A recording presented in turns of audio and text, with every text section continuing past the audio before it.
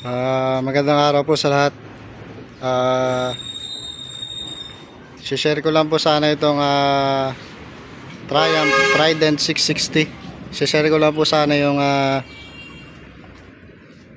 high beam trigger nya para dito sa Atom Night Reaper 2. Ito po yung Night Reaper 2. Para makuha po yung trigger nung sa high beam, dito po ako kumuha sa may relay. Ito po yung relay ng high beam. Tanggalin ko muna ito.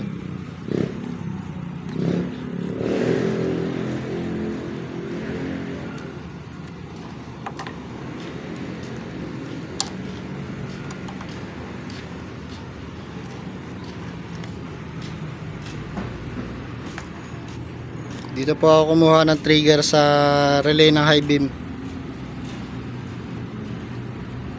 Bale, naglagay po ako dito ng wire dito sa yellow. Yan, ito po yung wire na yun. Ito po yung out na niya, 87. Yan, ito yun. Bale, ito pong relay na ito yung may diode type ito. Yung may negative positive yung diode. Yung po mga ganitong relay, ito po yung may mga safety purposes. Para hindi mag-continuous yung contact kung sakaling mag-malfunction na itong relay. Hindi katulad nun sa mga ibang relay na yung malalaki. Pagkatagal lang po siya, nag-continuous siya. Kaya minsan bumubusina. Kahit patay na yung makina, nagbubusina. Tapos sa ilaw, ganun din. Ito po yung aking gawa. Low beam ng Atom, yung high beam ng Atom. Tapos ito po, yun na nga yung ito po inilagay ko rito yung wire. Papunta po yan dito tapos ito na rin po yung aking design ng wiring. Yan.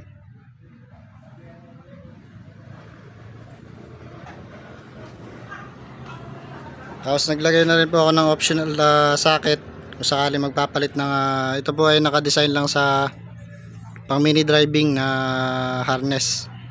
Yan, naglagay po ako ng socket. Tapos ito po ay yung wire po ay padiretso na dito. Naglagay din po ako ng socket dito. Yan, magkakasama na po yan yung voltmeter with charger, yung switch. Tapos ito po, naglagay ako ng fuse holder para sa ignition. Sa ignition ng Atom. Tapos yung pong kailangan po maglagay ng diode. Kailangan po maglagay ng diode. Yun nga po yung mga galing dito. Yung po papunta doon, papunta po dito. Kailangan po ang pwesto ng diode nya. Kailangan po ang pwesto ng diode nya pag ganito. Nasa unahan po yung negative. Kasi po ang way ng positive niyan, pag ganun po. Yung galing ditong positive, papunta doon. Kasi para naglagay ng diode, para pang nag-high, hindi sasabay yung Atom doon sa high beam. Kumbaga po, pagka ini-high ko ito, hindi sasabay yung trigger nung high dito sa headlight. Okay, tetesting po natin.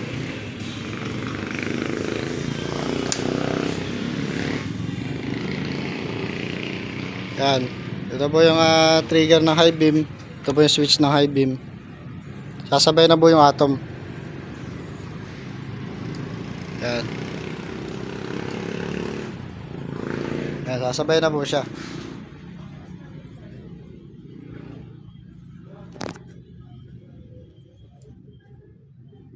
Yan. Tapos pag nakalobim naman po yung atom, sasabay pa rin po yung high ng atom. Yan. Yan, sumasabay pa rin po yung high ng atom.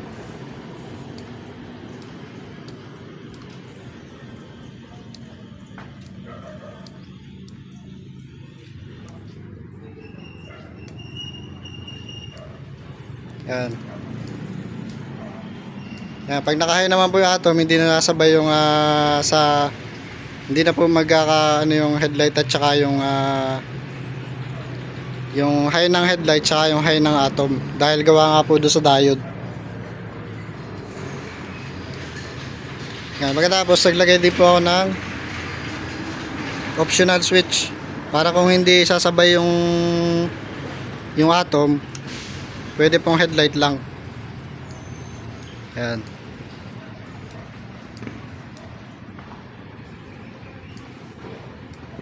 Tapos pag ini-on lang po, sasabay na uli siya. Yan po yung trigger ng high beam para sa switch ng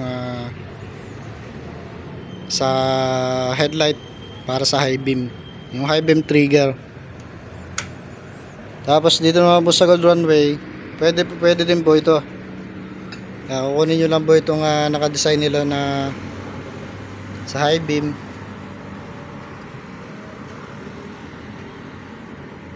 Yan.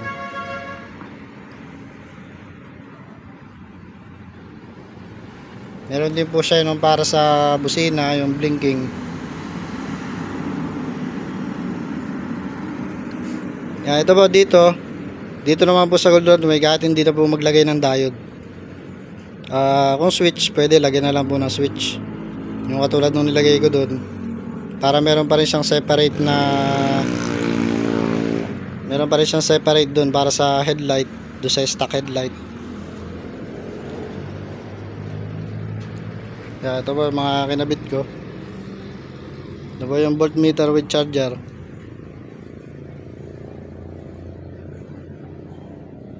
Yan, ito po yung aking design ng wiring.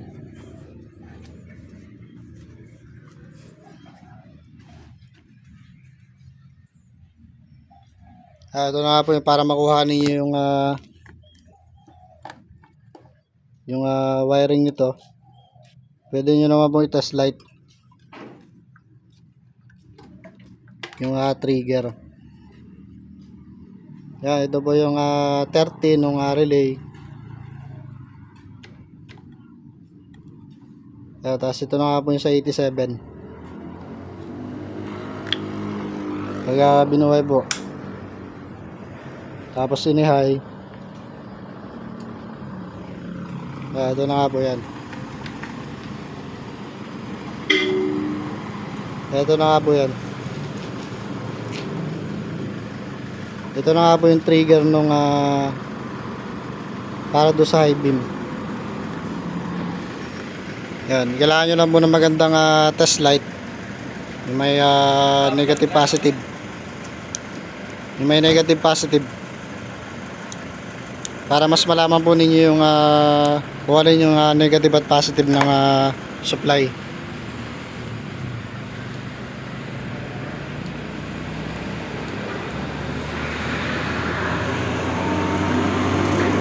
Yan, tapos ito po yung aking design. Yan. Para malinis po ang wiring.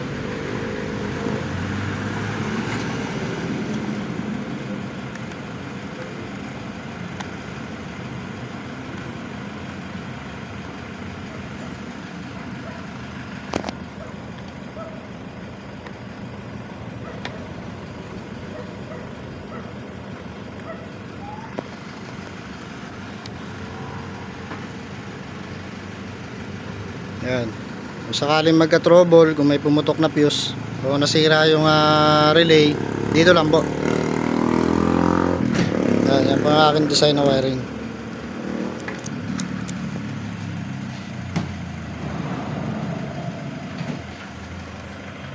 Yan, tapos bubuhin ko na lang din po ito. Kakabit na lang yung flasher.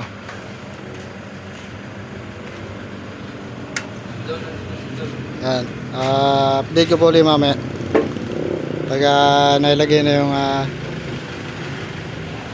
tangke tsaka yung sa tangke, takip sa tangke yung cover. Okay lang po at i-update ko po mamaya. Yun, magandang araw po lilas sa lahat.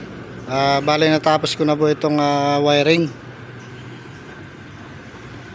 Itong Triumph Trident 660. Ito na po yung finish product.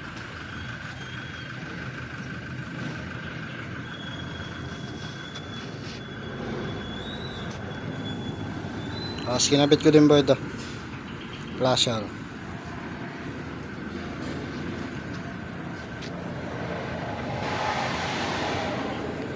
Ito po, tapos ito voltmeter.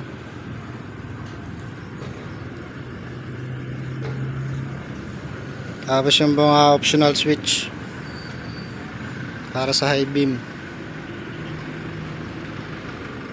Okay, ito po ulit yung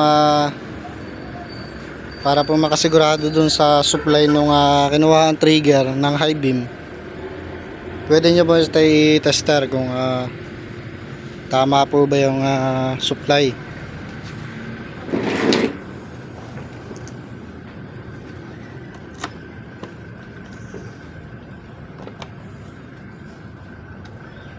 Bali ay na-change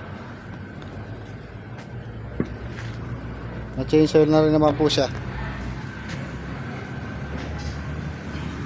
Na PMS na rin. Yan, ito po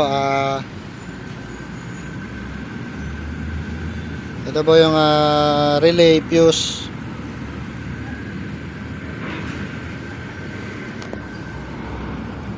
Ito na nga po yun, yung kanina yung sa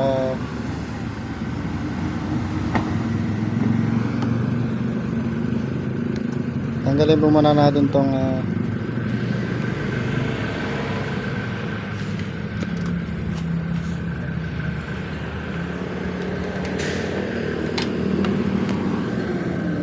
para po tama yung supply at tama yung trigger na pinagkunan. Kasi po pag dito po sa switch talagang dadaan pa po siya sa ECM, sa engine control module o BCM.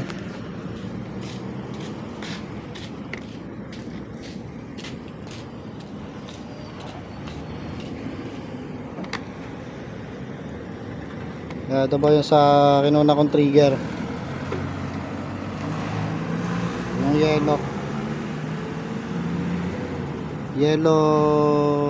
yellow black wire gitnang relay.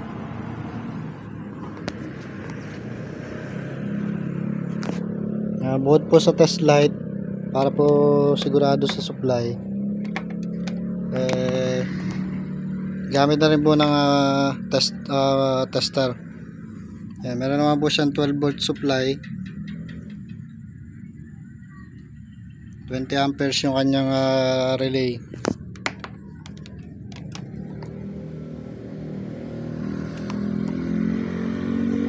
Yan, tapos start ko lang po muna.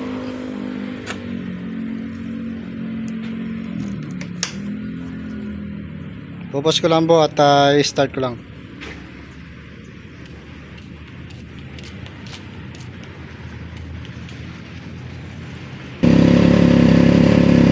Ito na po. Ito po yung sa trigger.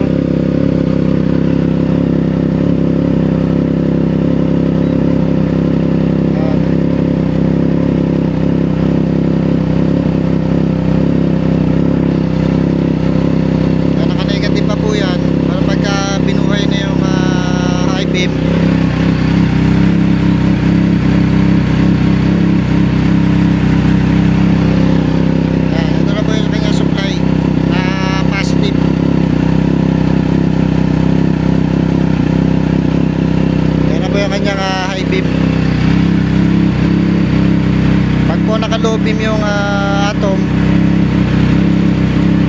pwedeng mag-high beam yung atom tsaka yung headlight, o kaya kahit nakapatay. Tapos yung ito nga po yung optional switch. Pag ini-off, hindi na po magagamit yung atom. Yan. Atom lang talaga siya.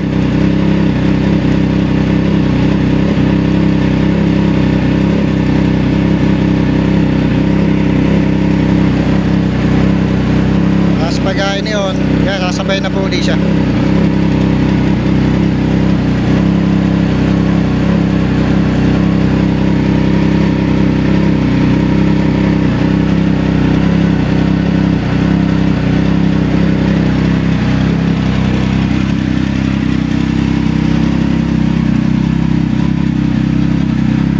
Po yung aking gawa.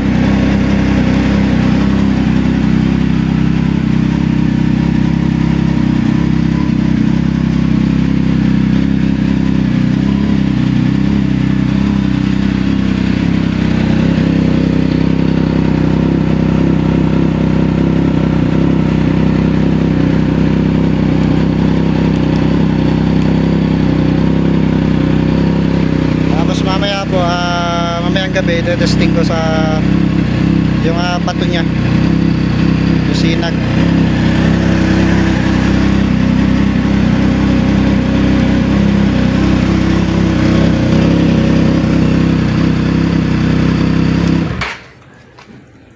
Tapos yung pong yun nga po yung supply nito para sa papunta sa switch. Yung pong dalawang wire, isang papunta sa wire nito na galing doon na may nakalagay na diode. Tapos yung isa papunta sa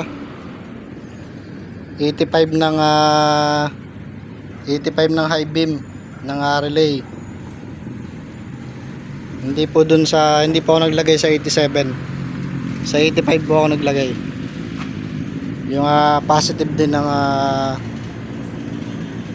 itong positive din ng high beam. Yan, yung pong galing dito sa switch. Tapos yun nga po yung itong diode. Yung pong ito pong papunta dito, papunta na po siya doon. Ang pwesto po ng diode niya ay pag ganito. Para pag nag-high beam po itong headlight, hindi po siya babalik dito sa relay. Kasi pag nag-high beam ka po ng headlight, pag nag-high beam ka po ng atom, madadamay po yung sa headlight. Kaya kailangan po maglagay ng diode. Yan. Kailangan po naka-proper ang ating wiring.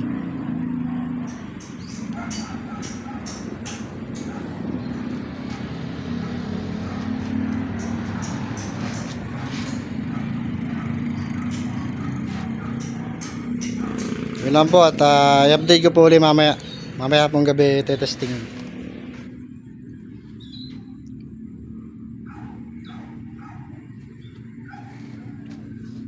Ito na po yung sa polarity test light. Yun lang po, at i-update ko po ulit mamaya. Ihabol ko na rin po pala itong electrical contact lubricant. Naglalagay po ako nito para for anti-corrosion na rin. Yan. Nilalagay ko po yan dito lahat sa mga relay, sa fuse, tapos doon sa mga socket, para hindi po siya mag-corrosion. Tapos dito sa mga terminal. Tapos ito naman pong sa original ng Triumph, meron na po talaga ito nakalagay.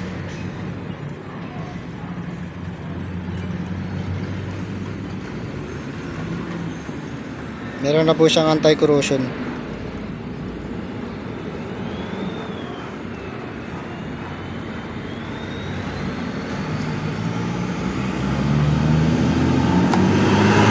Ayan. Meron na po siya nakalagay.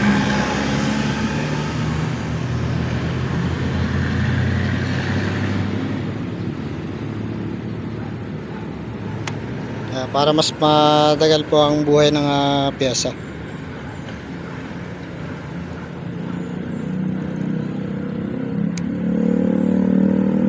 Huwag lang po lalagyan yung mga socket doon sa mga yung may mga naka waterproof na, dahil yung po ay mga papunta sa ibang sensor.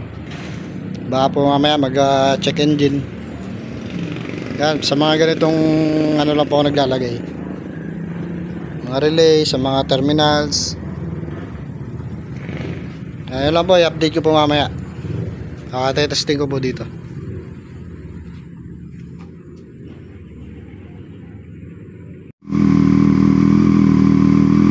Ito na po boss, mga boss, yung sa gabi.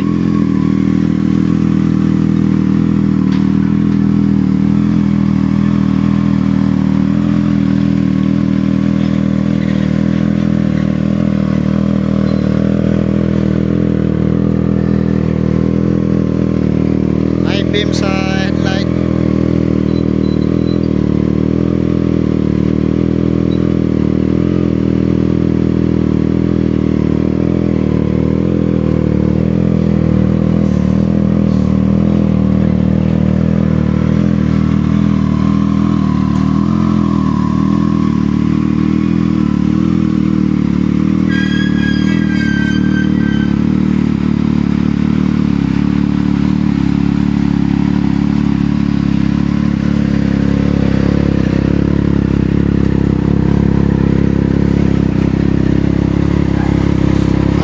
Nakalobim yung atom, tapos ini-high beam.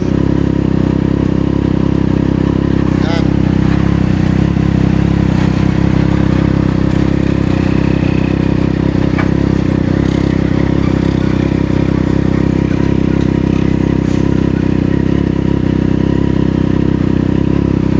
Tapos pag pinatay itong optional switch, hindi na siya sasabay sa high beam.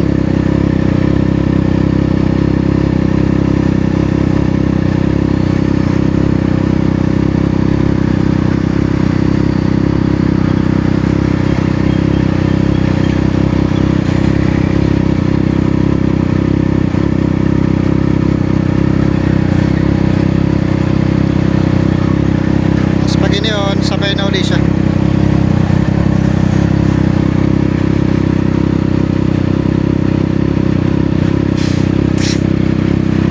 Ayos, at yun lang po, 100% na lahat ng wiring.